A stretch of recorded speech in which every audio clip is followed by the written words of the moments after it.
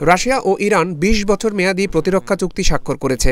গত শুক্রবার মস্কোতে রুশ প্রেসিডেন্ট ভ্লাদিমির পুতিন এবং ইরানের প্রেসিডেন্ট মাসুদ পেজেশকিয়ান এ চুক্তি স্বাক্ষর করেন। কাতার ভিত্তিক সংবাদ মাধ্যম আল জাজিরা এক প্রতিবেদনে এ তথ্য জানিয়েছে। গত বছর হেলিকপ্টার বিধ্বস্ত হয়ে ইরানের সাবেক প্রেসিডেন্ট ইব্রাহিম রাইসি নিহত হওয়ার পর নতুন প্রেসিডেন্ট হিসেবে দায়িত্ব নেন মাসুদ পেজেশকিয়ান। এরপর গত বৃহস্পতিবার তিনি প্রেসিডেন্ট হিসেবে প্রথমবারের মতো রাশিয়া সফরে যান। এই সফরেই তিনি রাশিয়ার সঙ্গে দীর্ঘমেয়াদী প্রতিরক্ষা চুক্তি স্বাক্ষর করলেন।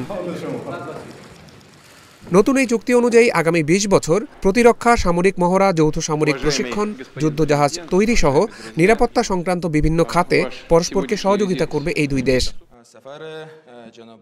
চুক্তি স্বাক্ষরের পর পেজেশকিয়ান বলেন, আমরা একটি বহুকেন্দ্রিক বিশ্ব প্রতিষ্ঠার পথে এগোতে চাই এবং এই পথের একটি গুরুত্বপূর্ণ পদক্ষেপ হল এই চুক্তি। এই চুক্তির মধ্য দিয়ে দুই দেশের সম্পর্ক একটি নতুন অধ্যায়ে প্রবেশ করবে বলেও মন্তব্য করেন পেজেশকিয়ান। অন্যদিকে পুতিন বলেন, এই চুক্তির ফলে শুধু নিরাপত্তা খাতে নয় বরং অর্থনীতি ও বাণিজ্য খাতেও দুই দেশের সহযোগিতামূলক তৎপরতা অনেক বৃদ্ধি পাবে। কারণ এই কৌশলগত চুক্তির একটি শর্ত হল এখন থেকে উভয় দেশের যাবতীয় অর্থনৈতিক আদান প্রদান দুই দেশের নিজ নিজ মুদ্রায় হবে। ইরান ও রাশিয়ার উপর বিভিন্ন নিষেধাজ্ঞা দিয়ে রেখেছে যুক্তরাষ্ট্র।